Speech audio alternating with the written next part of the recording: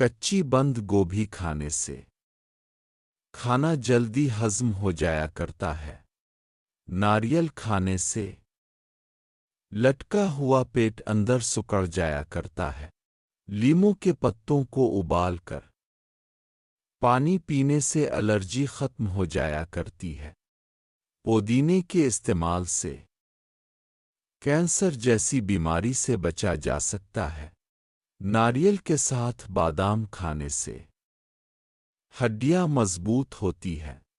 جو لوگ زیادہ پیدل چلا کرتے ہیں وہ سانس کی بیماریوں سے محفوظ رہتے ہیں۔ پانی کم پینے سے گردے کمزوری کا شکار ہو جایا کرتے ہیں۔ جو افراد پیدل چلا کرتے ہیں ان کا جسم فٹ اور مضبوط رہتا ہے۔ زیادہ ترش چیزیں کھانے سے معدے میں جلن شروع ہو جایا کرتی ہے۔ رات سوتے وقت ناک میں تیل ڈالنے سے عقل بڑھتی ہے۔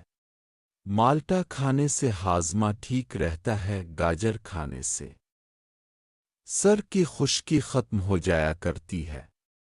کجور کو پستہ کے ساتھ کھانے سے سر کے بال لمبے اور چمکیلے ہوتے ہیں۔ اگر گھبراہٹ ہوتی ہے تو کوشش کرو کہ ادرک کھایا کریں، بہت ہی مفید ہے۔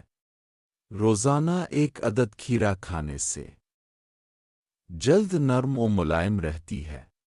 مالٹے کا زیادہ سے زیادہ استعمال کیا کریں۔ دل و دماغ کو طاقت ملے گی اور دوسرا جسم میں پانی کی کمی نہیں ہوگی۔